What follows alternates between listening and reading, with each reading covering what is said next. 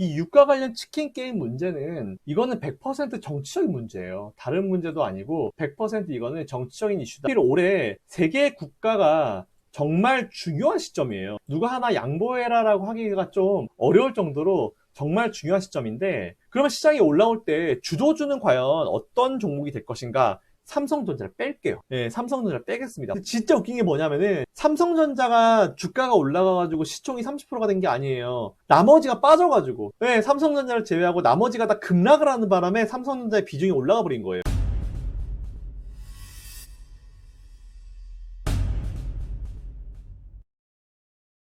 안녕하세요, 효키입니다. 오늘 리뷰 방송을 한번 시작해볼게요. 오늘 제가 준비한 내용은요, 반등했다고 좋아하긴 이르다, 이제 완전히 다른 판이 기다린다 라는 제목을 한번 제가 준비해봤는데요. 제가 얼마 전에 방송에서 올해 초에 너무 급격히 늘어난 신용잔고 기준이, 잔고가 이제 올 초 수준까지는 내려와야 된다라고 말씀드렸었는데, 최근 일주일 동안 정말 공포스러운 시장을 겪으면서 정말 엄청나게 떨어졌죠. 저도 사실 이런 케이스가 진짜 오랜만인데, 좀 먼저 차트를 보면서 설명드릴게요. 자, 보통 하루에 양시장 합쳐서 1000억 정도 빠지면은 신용융자한고 하락이 그래도 하락 추세는 괜찮다, 뭐 이 정도로 얘기를 하는데, 지난주에 거의 하루로 봤을 때 거의 1조가 날아갔는데, 제가 살펴보니까 이날이 17일이었더라고요. 17일 요 날이, 자, 요 굵은 선 이날이고요. 보니까 코스피가 약 3,328억 정도, 코스닥이 5,475억 정도.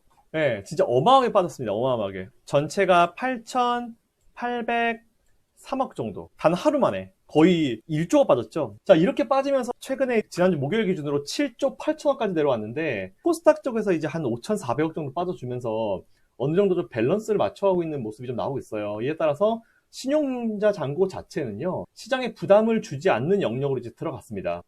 지난주에 방송에서 언급드린 대로 앞으로는 변동성이 상당히 큰 시장이 될 거다 라고 여러분들께 좀 말씀드리고, 2000년도 초반에 상승장에서도 일간, 주간, 월간 변동성이 굉장히 컸거든요. 그렇다는 말은 이번에도 마찬가지일 것이다 라는 그런 얘기가 되겠고요. 그러면 앞으로 더더욱이 신용 매매는 최대한 자제하시는 게 좋다. 만약 하시더라도 신용 이제 비율 자체를 부담이 안 되시는 그 비율로 하시라는 그런 의견을 드리면서 제가 오늘 첫 번째 질문에 대한 답을 마쳤습니다. 자, 두 번째 질문이 뭐였냐면요. 그러면 이 신용융자 잔고는 안정권에 들어왔다고 하셨는데, 시장은 그럼 언제쯤 돌아설 수 있을까요? 라고 하는 게 두 번째 질문이었고, 시장이 빠진 원인을 일단 우리가 좀 알아야 될 것 같아요. 코로나19로 시작했었던 시장 약세가 과연 코로나19 때문에 이렇게 지수가 계속 밀리고 있는 것인지, 아니면 다른 이유가 있는 것인지 좀 따져보고, 그 원인이 되는 부분을 좀 제거를 하는 시점이 턴어라운드 시점이 될 가능성이 굉장히 크겠죠. 자, 제가 준비한 차트를 한번 보겠습니다.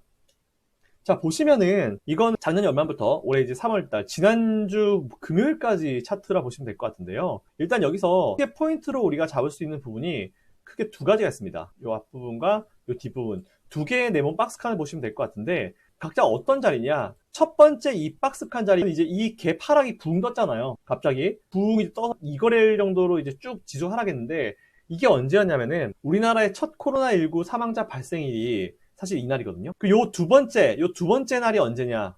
이 두 번째 날이 바로 사우디 그리고 러시아 간의 치킨 게임 시작일이죠. 이게 포인트로 잡아보시면 될 것 같은데, 잘 보시면 무한 코로나 관련해가지고 좀 이슈가 나오긴 나왔지만, 그래도 이 정도 자리면 차트상으로 봤을 때는 이게 뭐 어느 정도 지지는 될 수 있는 그런 자리잖아요. 물론 지금은 이제 기술적인 게 의미가 없지만, 저때 당시로 봤을 때는 오히려 잠깐 했지만 다시 이제 양봉 잡아서 올리는 시점이었어요.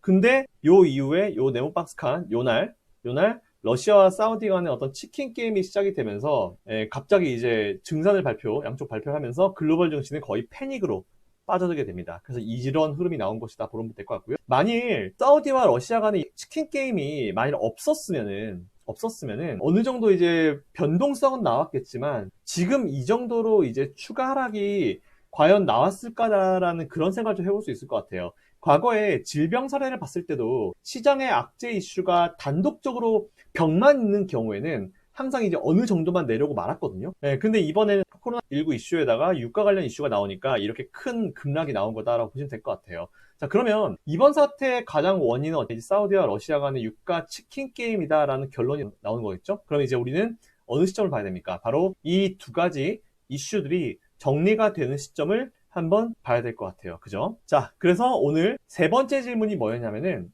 요거에 대한 좀 자세한 설명을 좀 부탁드립니다. 이런 내용이었는데, 일단 여러분 잘 아시는 대로 이 유가 관련 치킨 게임 문제는 이거는 100% 정치적인 문제예요. 다른 문제도 아니고 100% 이거는 정치적인 이슈다라고 보시면 될 것 같은데, 현재 이 문제는 직접 당사자인 사우디와 러시아긴 하지만 미국이 좀 중간에 좀 껴있는 상황이죠. 사실 말씀드릴 게 너무 많은데 핵심적인 부분 좀 말씀드리겠습니다.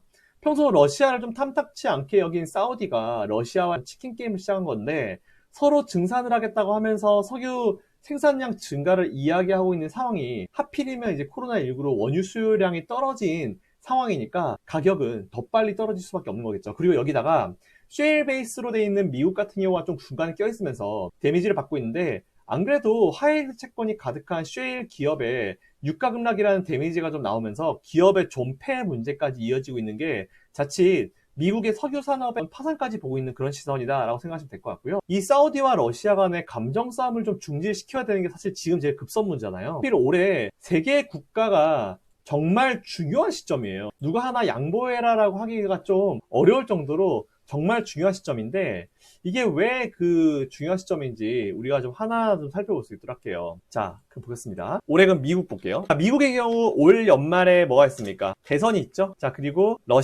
러시아는 푸틴의 장기 집권을 위한 상하원 통과가 이제 지난주에 됐어요. 4월 22일 날 국민 투표를 앞두고 있습니다. 자, 이런 상황이고요. 그리고 마지막으로 우리 사우디 한번 볼게요. 사우디의 경우는 빈살만 왕세자의 왕권 획득이라고 하겠다, 그죠? 네.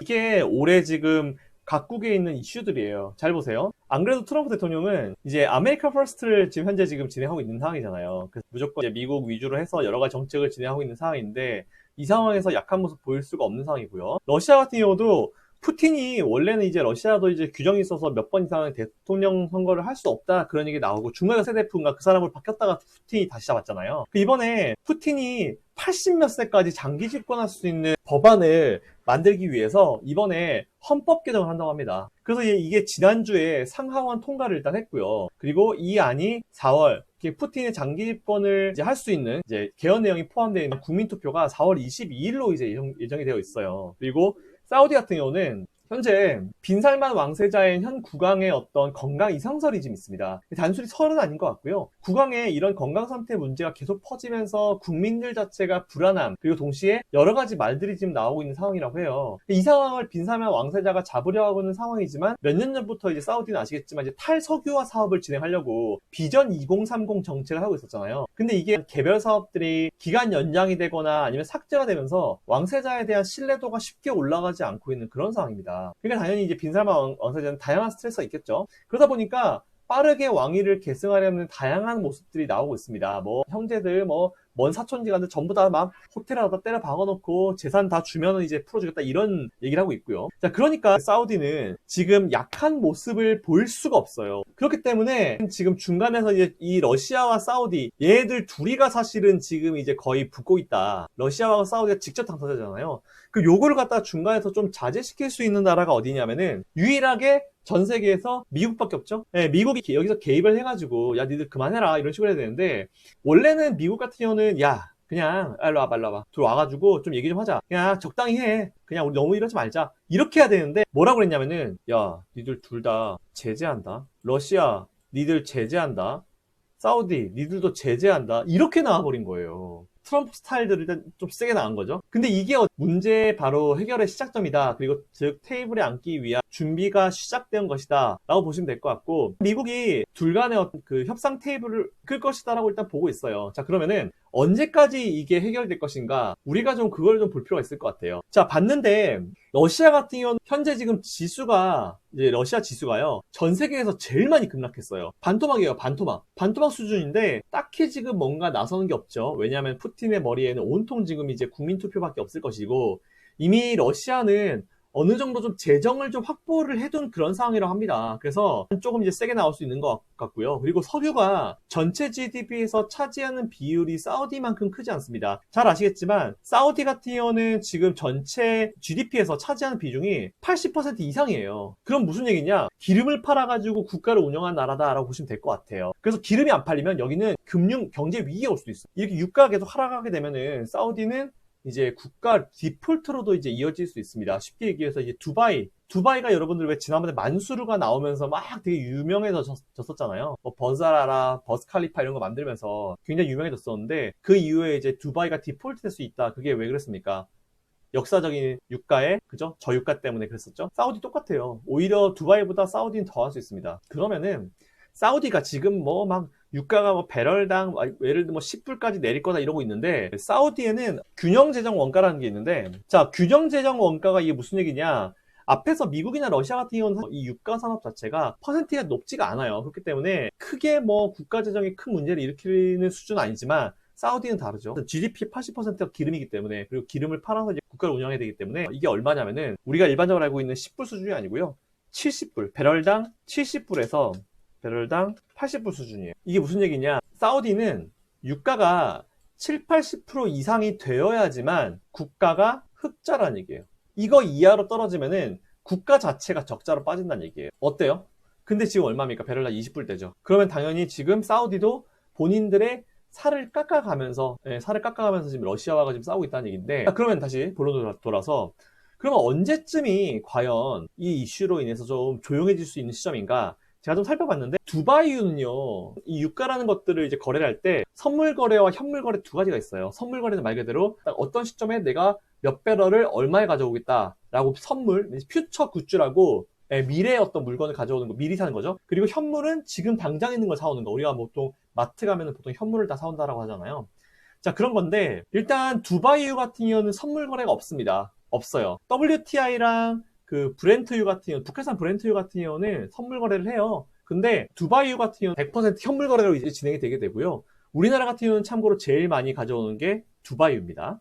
자, 근데 두바이유 같은 현물 거래가 없기 때문에 만기나 이런 걸 알 수 없는데 보통 이제 글로벌 세계 국제 유가의 기준이라고 할 수 있는 게 WTI입니다. 웨스트 텍사스, 서부산 텍사스유라고 그러죠. 근데 그건데요. 보시면은 요게 최근에 이제 앞으로 다가올 그 WTI의 그 유가 선물 만기일인데 보시면은 만기월이 2020년 5월달 돼 있죠. 계약 단위는 1000배럴 돼 있고요. 결제 방식은 실물 인수도 말 그대로 결제를 하게 되면 이제 실물을 가져가야 되는 거예요. 내가 예를 들어서 한 계약을 하겠다 그러면은 만기가 되면요 저 돈 주고 그냥 1000배럴을 그냥 가져와야 돼요.